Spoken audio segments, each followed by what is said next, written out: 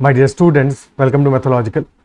In this session, we'll be doing questions of quantitative aptitude that appeared in the snap mock. Start करते हैं.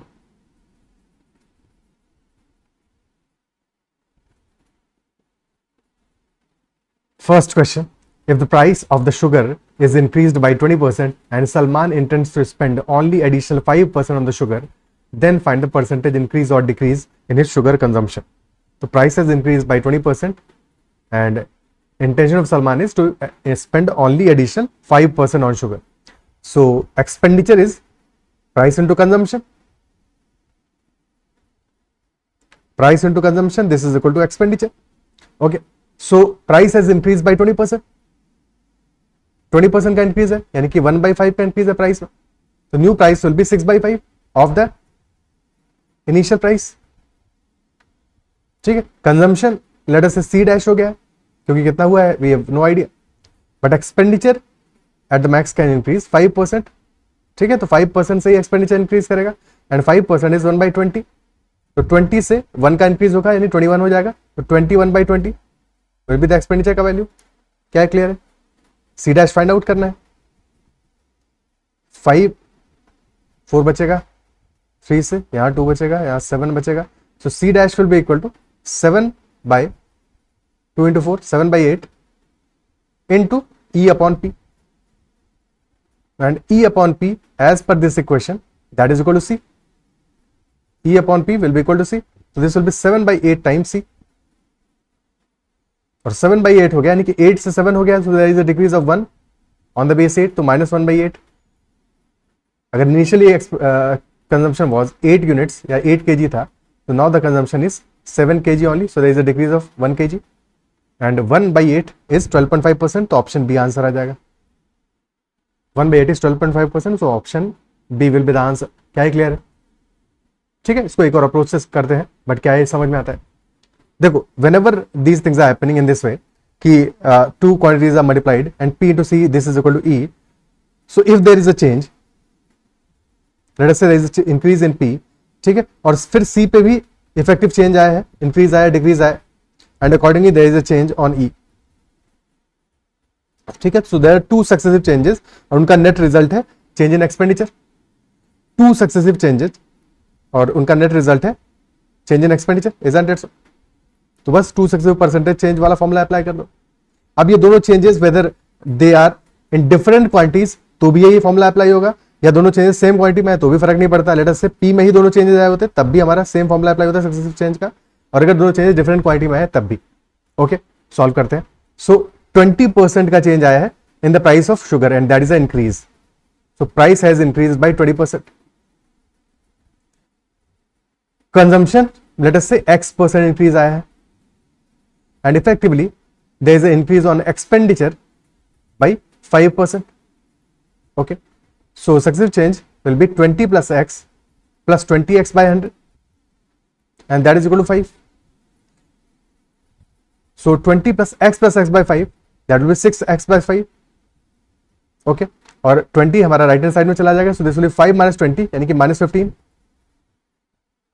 So X will be equal to -15 into 5 divided by 6.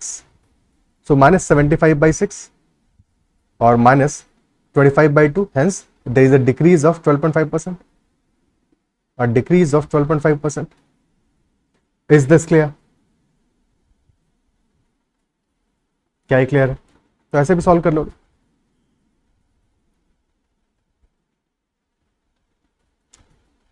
Third method could भी cross multiplication कर लो, cross ratio बना के कर लो. तो price has increased from 20% sorry 20% से increase किया है, तो 5 से 6 हो गया.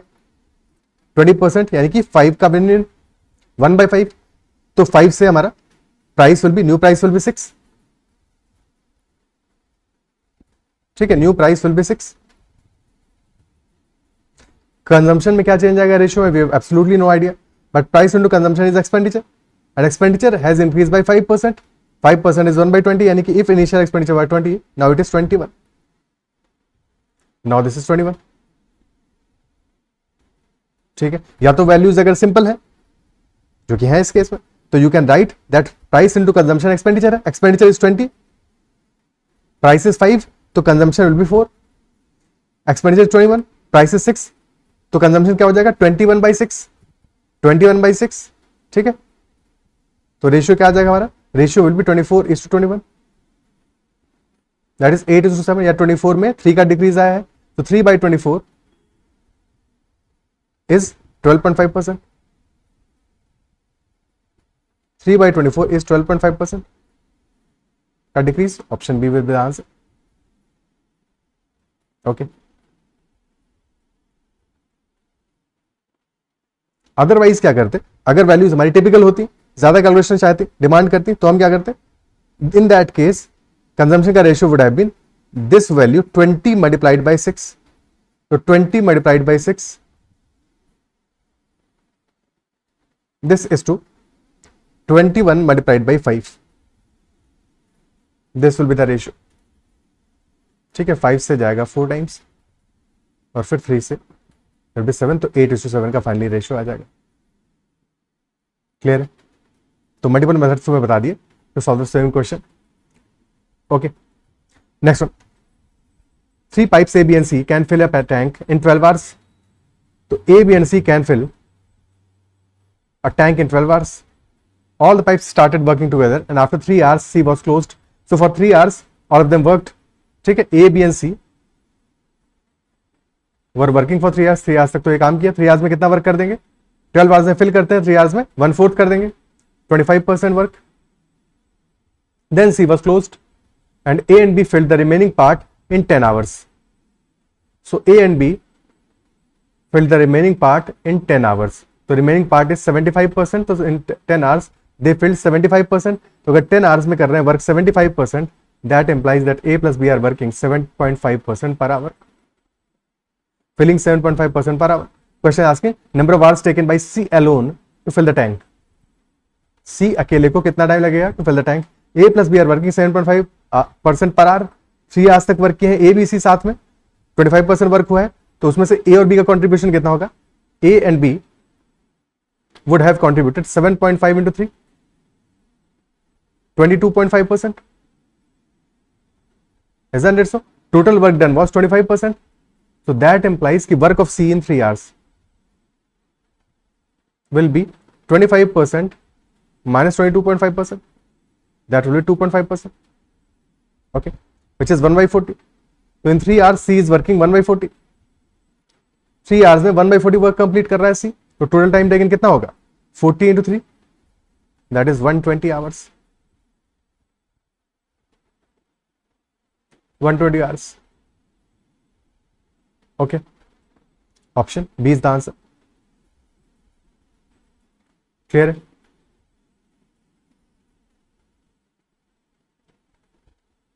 ठीक है। Second way would have been कि A plus B plus C in 3 hours are completing 25% work.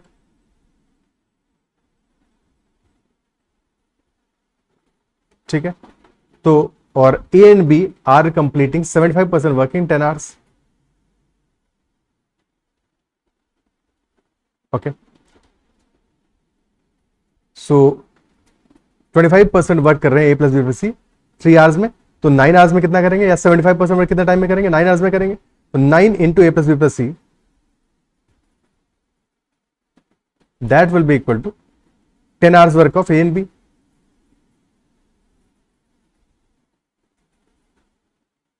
10 hours work of A and B.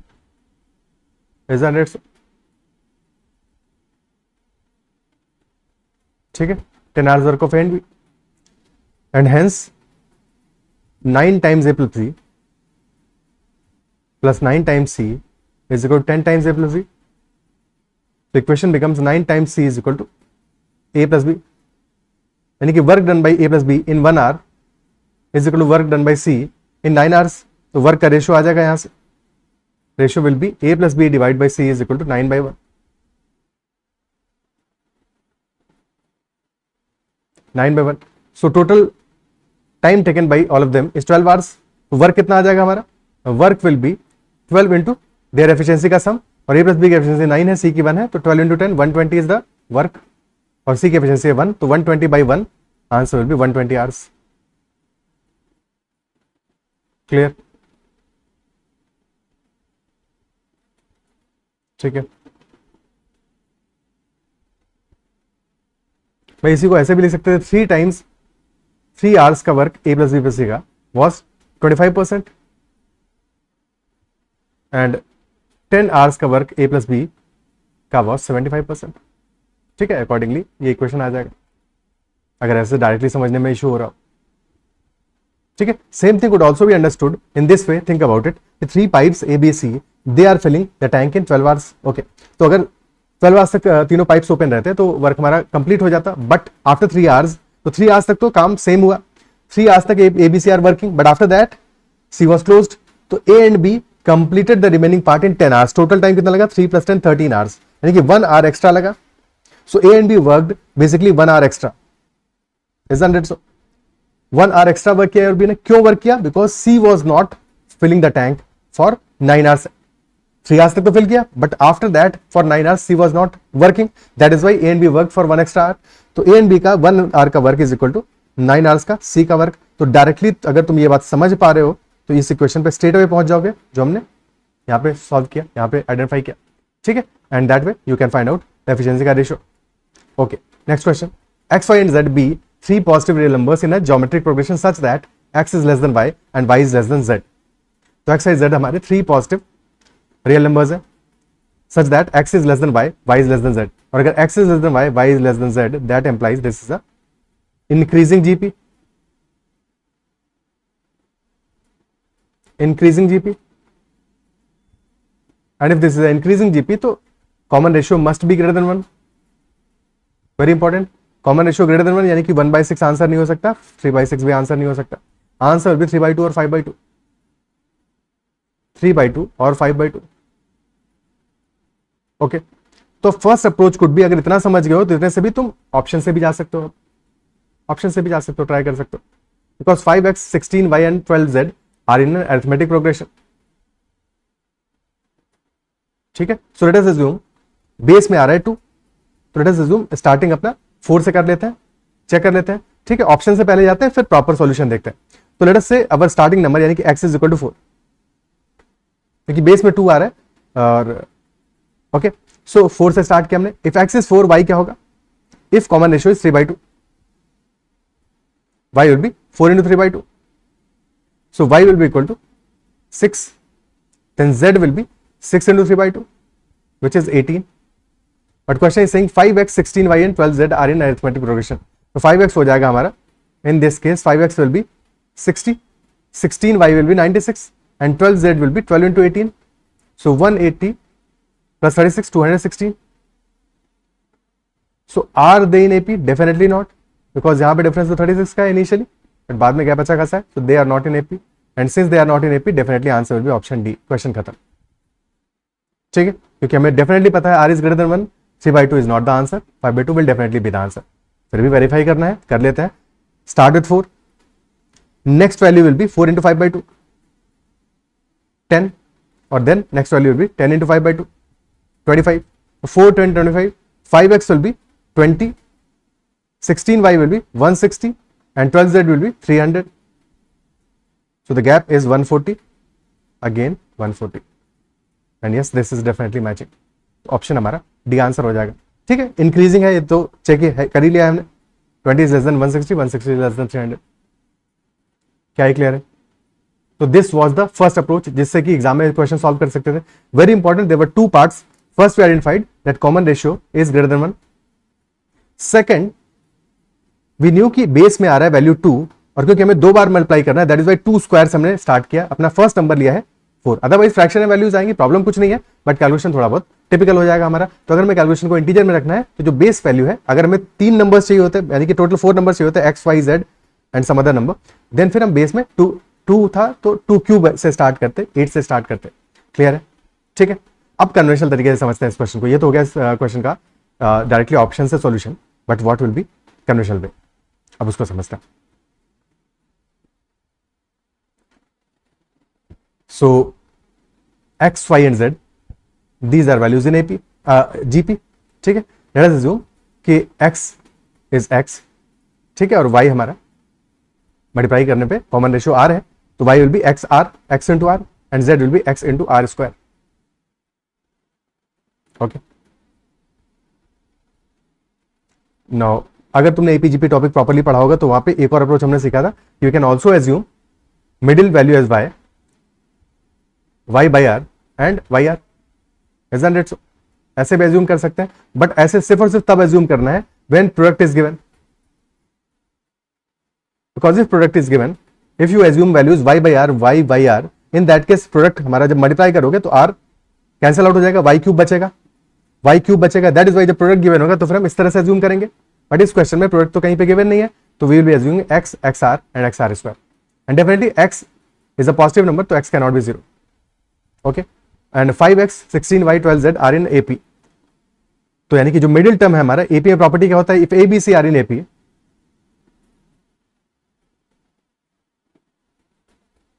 Then 2b is equal to a plus c. This is our property. तो यही property बार बार use करेंगे जब भी question में लिखा हो कि some numbers are in AP. तो 2 into 16y will be equal to 5x plus 12z, 5x plus 12z. तो 32 इंटू y क्या है, x r, that is equal to 5x plus 12x r square. x तो common आ रहा है, ठीक है. So this is 12x r square या 12 आर स्क्वायर प्लस 5 और माइनस 32, बिकॉज इसको राइट हैंड साइड में लेके चले जाएंगे तो this will be minus 32r. x को हमने कॉमन ले लिया and this is equal to 0.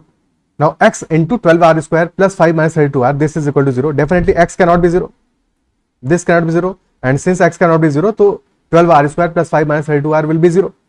We can write this as 12r square minus 12 into 5 क्या होता है, 60. So minus 30r minus 2r plus 5, this is equal to 0. So 6r common ले लोगे, so this will be 6r minus 1 into 2r minus 5 and that is equal to 0. So either 6r minus 1 0 होगा यानी कि r will be equal to 1 by 6 और 2r minus 5 0 होगा यानी कि r will be equal to 5 by 2. Now since numbers are strictly increasing, x is less than y and that is less than z, तो 1 by 6 answer नहीं होगा, 5 by 2 answer होगा. Option में देखो 1 by 6 भी गिवन है, but 1 by 6 will not be the answer because then अगर 1 by 6 answer होता तो z would have been less than y and less than x. Yeah, x would have been the greatest value, but that is not the case. So option D is the answer. Option D will be the answer. Next question. 6 years ago, Ravi was twice as old as Sahil. So Ravi और साहिल का as का ratio क्या था, 2:1. That was 6 years ago. But at present the ratio is 9:5. And whenever we are dealing with questions of age, तो age में difference कभी भी change नहीं होगा. तो final difference is 4 units, but initial difference is 1 unit. So if initial difference is 1 unit, multiply this by 4 as well. इसको भी 4 से मल्टीप्लाई कर दो. So if you are multiplying this by 4, these values will also get multiplied by 4. ठीक है. So this will be 2 into 4, 8 units. This is 4 units.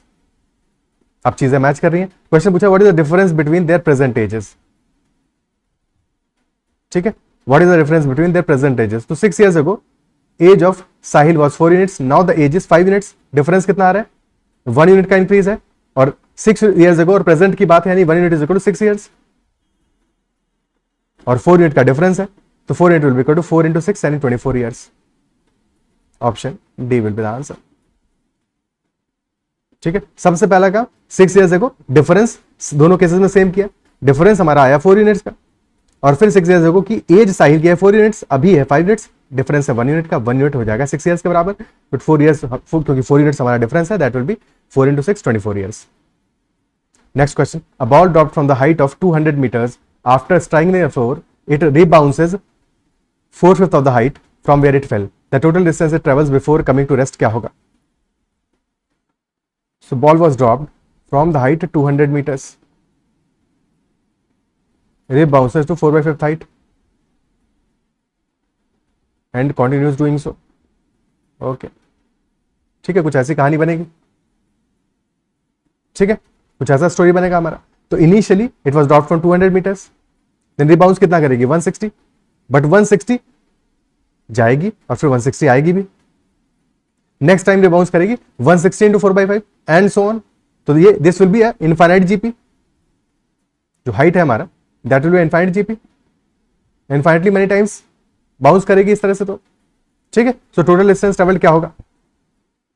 So this basically 200 plus 200 into 4/5, ठीक है, then again 200 into 4/5 plus 200 into 4/5 का square जाएगी, फिर लौट के आएगी 200 इंटू 4/5 का स्क्वायर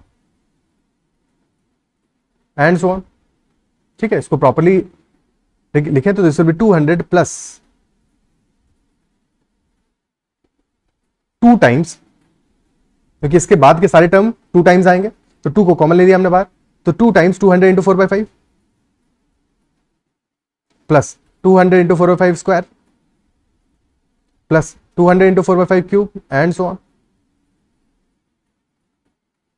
सो इनफाइनाइट जीपी हो गया हमारा ये। ठीक है, तो 200 प्लस 2 इंटू फर्स्ट टर्म क्या है, this is 160, 2 into a upon 1 minus r, infinite GP का सम होता है ए अपॉन 1 माइनस आर। ठीक है, 2 तो बाहर था ही हमारा, तो a is 160 divide by 1 minus r is 4/5, तो 1 minus 4/5, 1 minus 4/5 will be 1/5, so this will be 200 plus 320 into 5, so 1600 into plus 200, 1800 meters will be our answer, 1800 meters हमारा आंसर हो जाएगा। ठीक है, this is the proper way to solve this question. But question को solve करने की ऐसा कोई जरूरत नहीं है, स्ट्रेट अवे आंसर आ जाएगा हमारा। Answer in these questions is the height will be, total height will be equal to the height from which the ball was dropped 200 multiplied by, if the ratio is m by n, तो numerator में value आएगा n plus m और denominator में आएगा n minus m। Numerator में उनका addition और denominator में difference, this will be 200 into 4 plus 5 divide by 5 minus 4, because positive value लोगे। ठीक है, तो 200 into 9, answer will be 1800 metres. Okay, next question, Aditya, Vikas and Chandu together take 12 days to complete the work. The time taken by Aditya and Vikas is 25% of the time taken by Chandu alone to complete the work. Time taken by Chandu and Vikas to complete the work is equal to the time taken by Aditya alone to complete the work. Find the time taken by Aditya and Chandu to complete the work when Aditya works at 80% of his actual efficiency while Chandu works at actual efficiency. चलो solve करते हैं इसको। So time taken by Aditya, Vikas and Chandu A, B, C is 12 days. Then question is saying time taken by Aditya and Vikas is 25% of the time taken by Chandu. ठीक है, so Aditya and Vikas, time taken by Aditya and Vikas is 25%, 25% and 1/4 of time taken by Chandu. So if Chandu is taking 4 units या 4 days, Aditya and Vikas are taking only 1 day, तो time का ratio है 1:4, तो efficiency का ratio क्या होगा? ठीक opposite होगा, यानी 4:1 हो जाएगा। ठीक है, 4:1 हो जाएगा। Similarly time taken by Chandu and Vikas to complete the work is equal to the time taken by Aditya alone. तो टाइम का रेशियो क्या आ रहा है for Chandu and Vikas and Aditya, that is 1:1, तो एफिशिएंसी का रेशियो भी यही सेम आएगा 1:1। बट डिफरेंस ये है 1 + 1 यहाँ पे हमारा चंदू एंड विकास का एफिशिएंसी 1 आया, आदित्य का एफिशिएंसी 1 आया, टोटल एफिशिएंसी आएगा 2 यूनिट्स। फर्स्ट केस में एफिशिएंसी का रेशियो सम कितना है 4 + 1 5 यूनिट्स, जबकि एफिशिएंसी क्योंकि तीनों की ऐड कर रहे हो तो सेम ही आना चाहिए, तो सेम कर दो इनको। सो 5 और 2 कैल्शियम आएगा 10, so multiply the first case by 2 then the second case by 5, तो चंदू एंड विकास का एफिशिएंसी का सम आ जाएगा हमारा 5 और आदित्य का एफिशिएंसी भी आ जाएगा 5। ठीक है, और यहाँ पे वैल्यू आएगा हमारा 8 एंड 2, तो अब एफिशिएंसी हमें इंडिविजुअल मिल जाएगी एबीसी की। ठीक है, सी की एफिशिएंसी, ए की एफिशिएंसी आ रही है 5, efficiency of A is 5 and C + B का एफिशिएंसी कितना है 5 और सी की एफिशिएंसी कितनी आ रही है 2 आ रही है, तो सी की एफिशिएंसी 2 आ गई, बी आ गई 3। सो वर्क यहाँ पे हो जाएगा हमारा 12 डेज में कंप्लीट हो रहा है। 12 इंटू सम ऑफ एफिशिएंसीज कितना है 5 + 3 + 2 10, 12 इंटू 10 यानी 120 units is the work.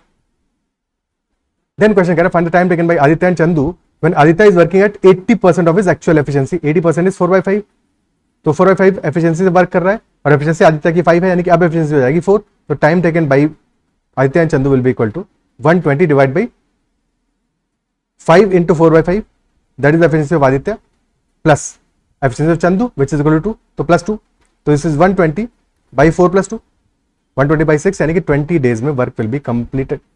Option B will be the answer.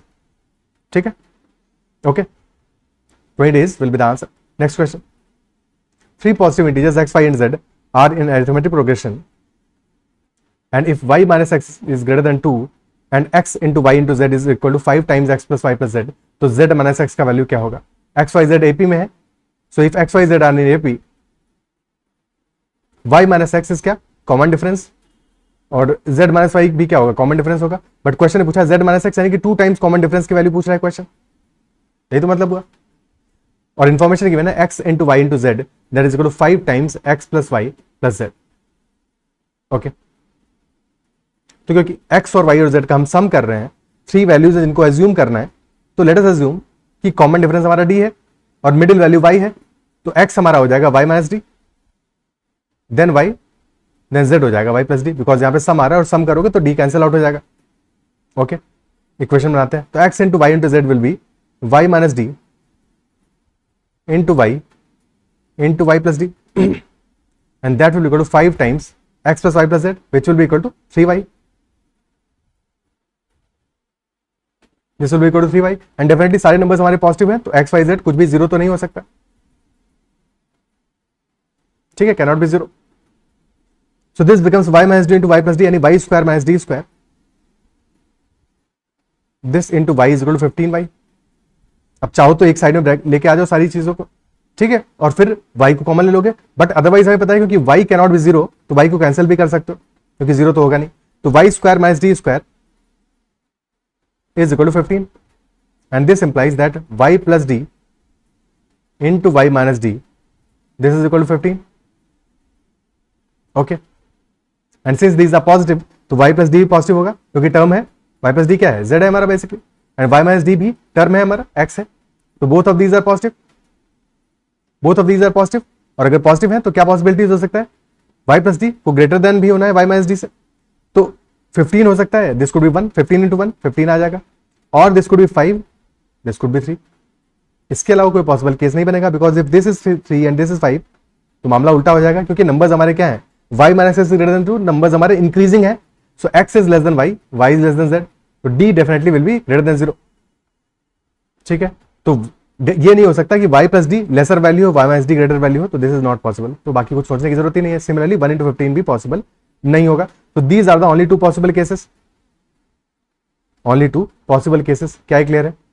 तो z minus x can be 15 minus 1 यानी 14 और 2, एंड z माइनस एक्स क्या है? बेसिकली 2d है, 2d का डिफरेंस हमारा is equal to this value, तो 2d अगर ये वैल्यू आ रहा है तो d आ रहा है हमारा 7 और 1, but question is directly saying that y minus x is greater then 2, यानी कि d is greater then 2, so if d is greater then 2 तो 7 तो आंसर नहीं होगा, सॉरी 7 क्यों आंसर नहीं होगा? 7 ही तो आंसर होगा, 7 ही तो आंसर होगा, ठीक है, 1 तो आंसर नहीं होगा, 7 will be the answer, option A 14 answer आ जाएगा, बिकॉज हमें चाहिए था z माइनस एक्स यानी कि 2d की वैल्यू चाहिए था, तो 14 will be the answer. Okay, clear है?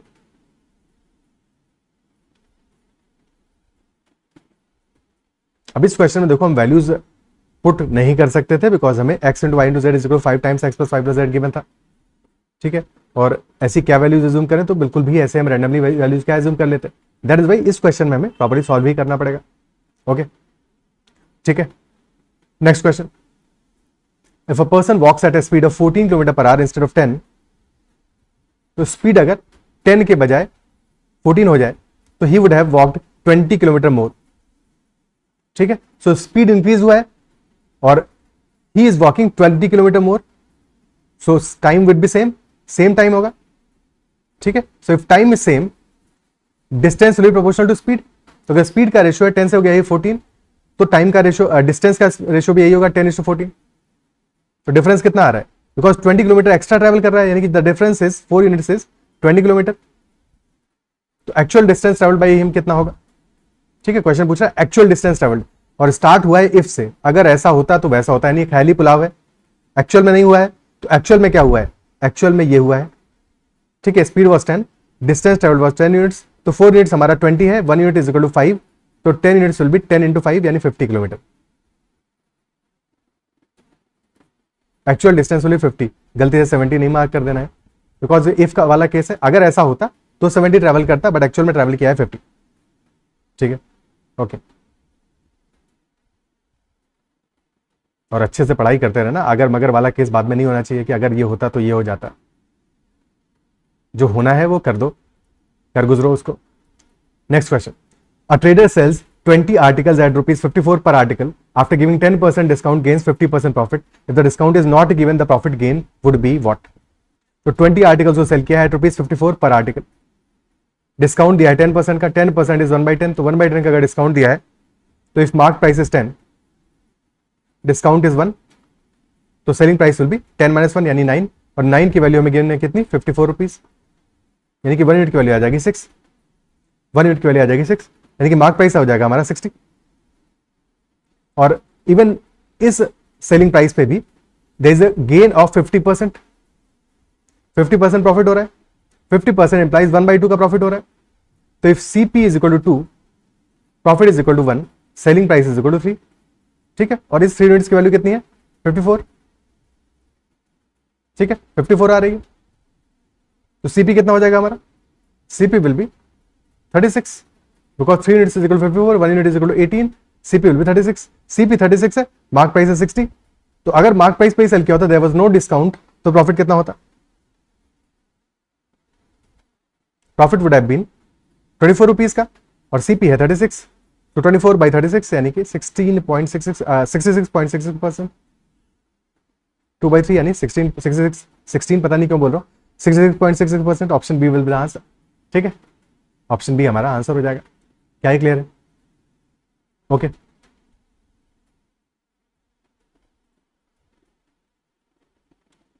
Next question, in a mixture of 60 liters, ratio of milk and water is 2:1. If this ratio is to be 1:2, then quantity of water to be further added क्या होगा? तो इस ratio को हमें बनाना क्या है, 1:2 बनाना है, बट हम ऐड क्या कर रहे हैं, वी आर एडिंग वाटर, तो मिल्क तो सेम रहने वाला है। इनिशियली अगर 2:1 है तो फाइनली भी 2, कम से कम मिल्क तो सेम कर दो, तो यहां पे 2 बना दो, मल्टीप्लाई कर दोगे 2 से,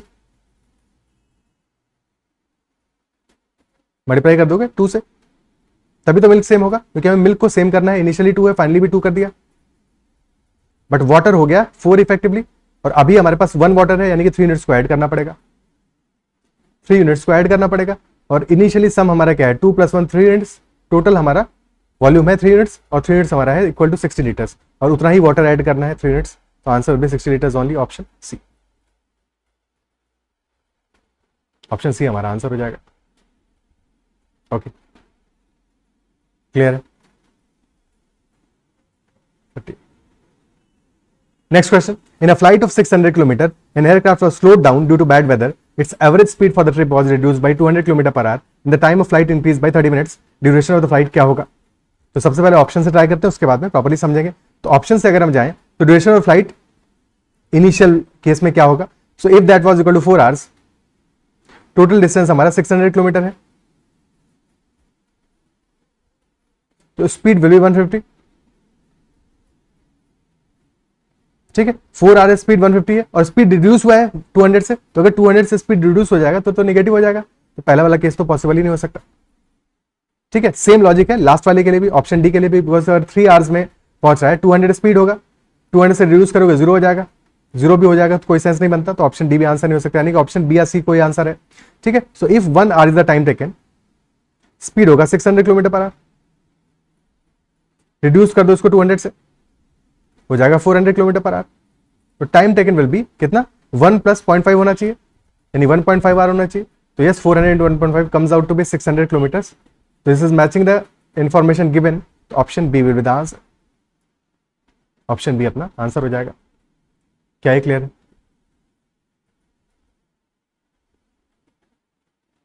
ओके, ठीक है,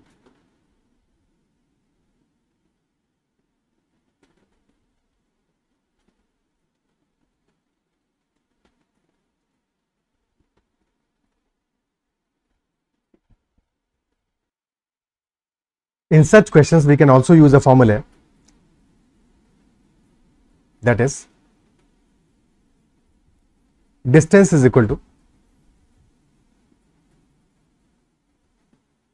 t1 t2 divided by delta t multiplied by delta s, यानी कि 2 values of time divided by difference between time multiplied by difference between speed, or this can also be written as s1 s2 upon delta s into t, which ever is more convenient. अब इस question में हमें duration of the flight निकालना है, तो first को use करते हैं।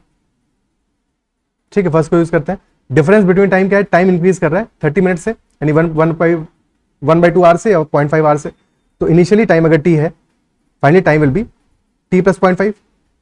The difference is that of 0.5 hours multiplied by difference in speed is of 200 multiplied by 200.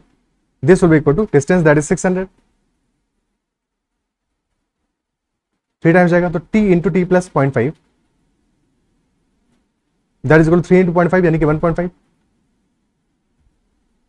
Okay, तो t into t plus 0.5 is equal to 1.5. अब या तो क्वाड्रेटिक बना लो या फिर ऑप्शंस गिवन है तो पता है तुमको t is equal to 1 satisfy कर रहा है इस equation. 1 into 1.5 is equal to 1.5. तो t is equal to 1 satisfy कर रहा है, duration of flight will be 1 hour, option B will be the answer. Okay, clear है। Next, A takes 16 days more and B takes 4 days more than the number of days taken by both of them if they work together to complete a piece of work. How many days does A take to complete the same piece of work working alone?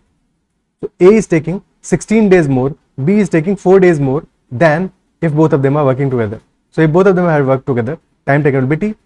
So A is taking T plus 16, B is taking T plus 4 days, and in any such case T is coming out to be square root of these values. So if A is taking T1 time extra, B is taking T2 time extra, T is equal to, when they are working together, T time will be equal to square root of T1 into T2.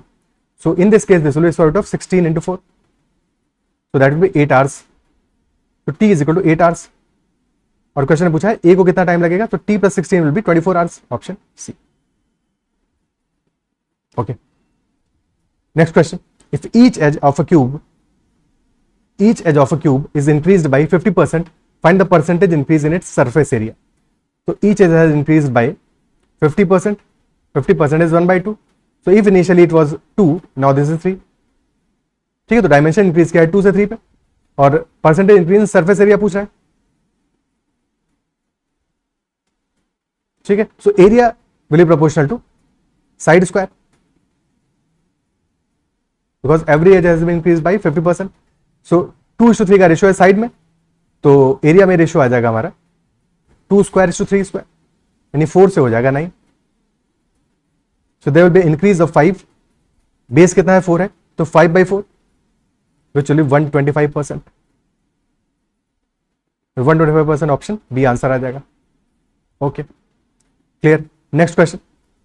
What is the ratio of the volumes of a right cylinder to that of right cone having equal diameter. तो diameter equal है यानी कि radius equal है. Radius equal है, height के लिए कुछ भी मेंशन नहीं है. हाइट के लिए लिखा होना चाहिए था हाइट शुड बी सेम. ठीक है, there should be mention, but assume कर लेते हैं. इतना तो हम एक्सपेक्ट कर सकते हैं स्नैप से कि ऐसी गलतियां वो करें. तो हाइट शुड बी सेम, या ऐसी चीजें भूल जाए तो हाइट को सेम एज्यूम कर लेते हैं. ठीक है, और रेडियस भी इक्वल है, तो वॉल्यूम क्या आ जाएगा. Volume the cylinder will be pi r square h and volume the cone will be 1/3 pi r square h. तो बस रेशियो हमारा क्या आएगा, पाई आर स्क्वायर एच तो कैंसिल आउट हो जाएगा, 1:1/3 आ जाएगा, यानी 3:1. ऑर्डर इज मोस्ट इंपॉर्टेंट कि पहले सिलेंडर फिर कौन है, अदरवाइज आंसर होता है 1:3. Next question. An amount of rupees 1,25,000 is to be distributed among Sudhir, Soni and Shakuntala in the respective ratios 2:3:5. तो what will the difference between Soni's and Sudhir share. तो रेशियो क्या आ रहा है हमारा 2:3:5 in that respective order. Total कितना आ रहा है 2 + 3 + 5 10 यूनिट्स. और क्वेश्चन पूछा है difference between Soni's and Sudhir share. तो सोनी का शेयर है 3, सुधीर का शेयर है 2, डिफरेंस आ रहा है 1 यूनिट का, यानी कि 1/10 का, क्योंकि टोटल है 10 यूनिट्स, 1/10 का डिफरेंस आ रहा है. तो 1,25,000 का 1/10 हो जाएगा 12,500, ऑप्शन सी आंसर आ जाएगा. कुछ भी और क्या करना है इस पर, option C will be the answer. Next question. A 260 metre long train crosses a 120 metre long wall in 19 seconds. तो what is the speed of the train. Train की लेंथ है 260, वॉल की लेंथ है 120, टोटल डिस्टेंस ट्रेवल कितना होगा 260 + 120. Time taken is 19 seconds. तो 380/19 यानी 20 metre per second is the speed. Kilometre per hour में दिस विल बी 18/5 मल्टीप्लाई कर दोगे, 20 × 18/5 72 kilometre per hour, option B.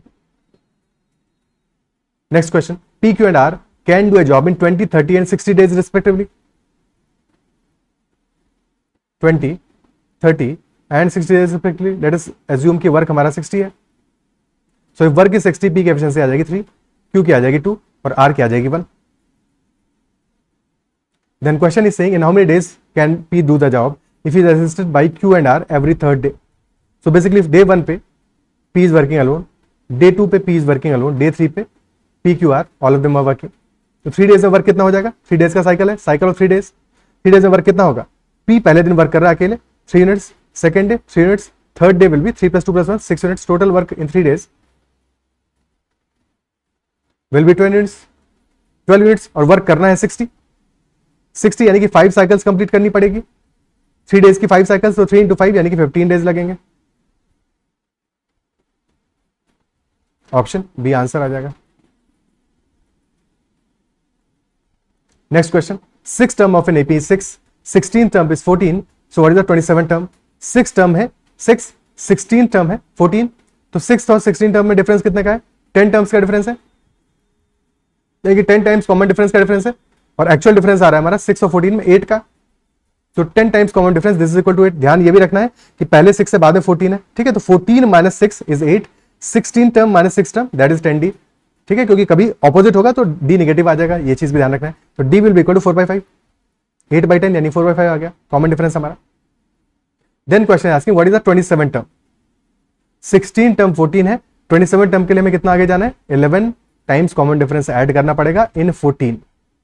तो 14 + 11 × 4/5, 14 × 5 + 44 डिवाइड बाय 5, दिस विल 70 + 44 यानी कि 114/5।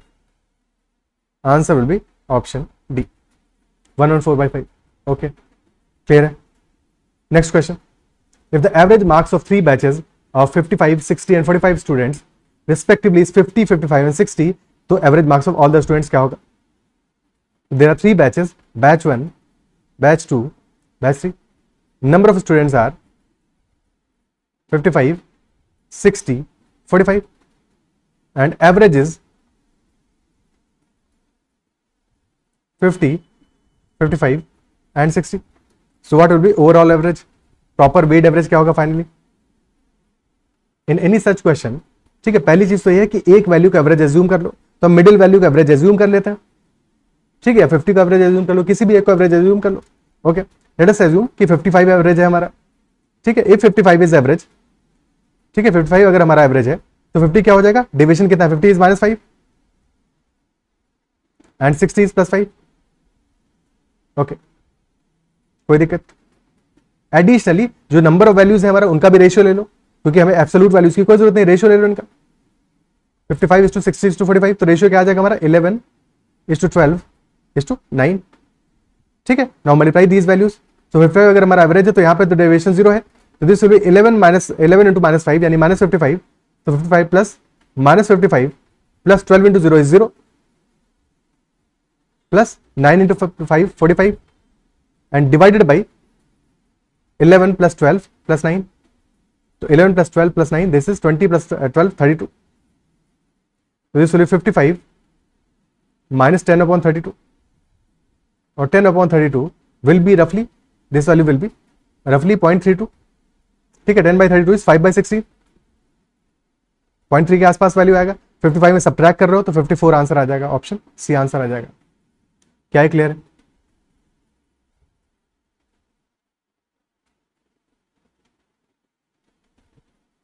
ठीक है,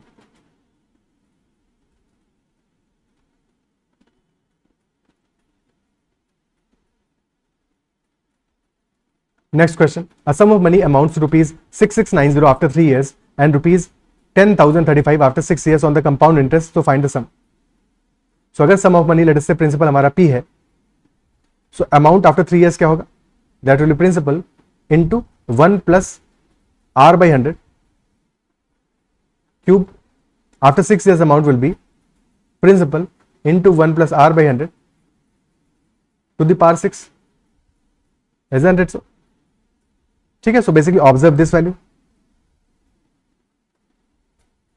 In this case this is just whole square, this is P into 1 + R/100 whole cube into 1 + R/100 whole cube, and this is amount after 3 years, तो amount after 3 years multiplied by 1 plus R by 100 whole cube is the amount after 6 years. Basically the whole point is कि principal हमारा है after 3 years this will be amount after 3 years, after 3 years this will be amount after 6 years, and this ratio will be equal. अगर time period same है, because time period 3 years है दोनों cases में, तो the ratio will be equal, यानी कि A3 upon P this will be equal to A6 upon A3. ठीक है, A3 बाई P क्या होगा, that will be 1 plus R by 100 whole cube. A6 by A3 will also be equal to 1 plus R by 100 whole cube. तो बस यही हमारा concept है, यही बात समझनी है कि जब भी हमारा टाइम पीरियड सेम है तो हमेशा कंपोनेंट्स में ये प्रॉपर्टी अप्लाई कर सकते हैं स्टेट में. ठीक है, तो अमाउंट हमारा इनिशियली क्या है नहीं पता, बट वी नो कि after 3 years this is 6690 and after 3 more years this is rupees 10035. Okay, तो principal 6690 divided by principal will be equal to 10035 divide by 6690.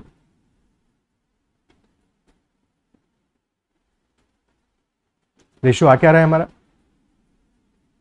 कितना इंक्रीज हुआ है यहाँ पे, इंक्रीमेंट कितना हुआ है, इंक्रीमेंट वॉज ऑफ 6700 में ऐड करो 3300 3345, यानी कि 50% का इंक्रीज हुआ है. ठीक है, यानी कि दिस इज 2 दिस इज 3 और 3 से सिंप्लीफाई करोगे this will be 2230. So principal will be equal to 2230 into 2 4460. ठीक है, इसको ऐसे भी सोच सकते थे कि अमाउंट हमारा 6690 से इंक्रीज करके दिस इज 10035, लेकिन देयर इज इंक्रीज ऑफ 3345, 50% का इंक्रीज है. 50% यानी कि 1/2 का इंक्रीज है, यानी कि इनिशियली अमाउंट अगर 2 था तो हो गया 3. तो सेम रेशियो अप्लाई होगा यहां पे भी, 2 से हो जाएगा 3 और 3 की वैल्यू है 6690, तो 1 की वैल्यू आ जाएगी 2230, यानी कि 2230 ऐड हुआ होगा, अमाउंट डिवाइड है 6690 minus 2230 that will B 4460. This will be the answer. बात एक ही है, लिखने का तरीका डिफरेंट है बस.